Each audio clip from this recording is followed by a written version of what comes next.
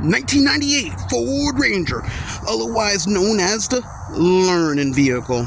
Well, this is the bumper installed, all penetroled up using that Penetrol solution I've talked about, shown you about.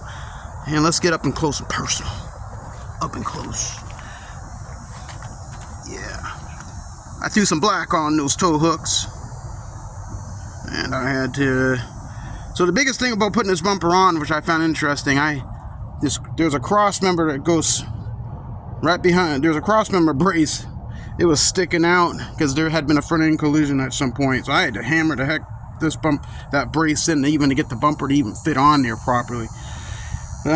So a lot of manual labor on that. But if you guys know what I'm talking about, well, you'll find out when you have a front end collision and you have to hammer in a cross member brace. But anyway, the bumper did finally go on. I had to take that left mount off, which is the right mount to you, to kind of get things lined up. But anyway, I'm just sharing a little bit of technical challenges. I do have a little bit of a sag here.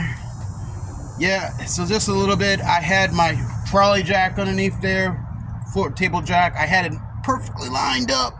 As soon as I relieved pressure, even after I tightened up the Sam Hill and Moses, it sagged right back down. So I'm just gonna have to live with that for a while till I figure something else out. The mounts that mount to the horn of the frame have only an up and down adjustment. There's no right or left that I could see. Right sag, a little bit better. I was able to get that little nipped up and tucked.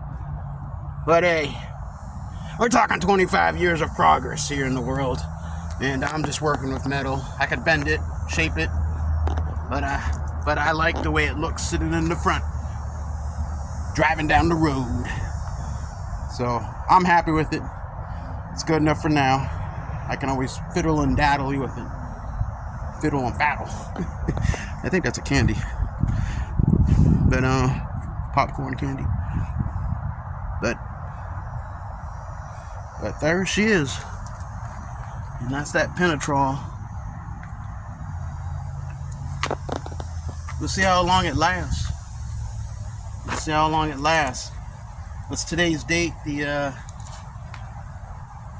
November 2nd, right? Put the stuff on there a week ago. So we'll just say November 2nd, right? We'll see how long it lasts. Maybe 6 months I'll do an update follow-up on this to see how long it actually lasts. Usually I use a heat gun to heat this stuff up, the plastic.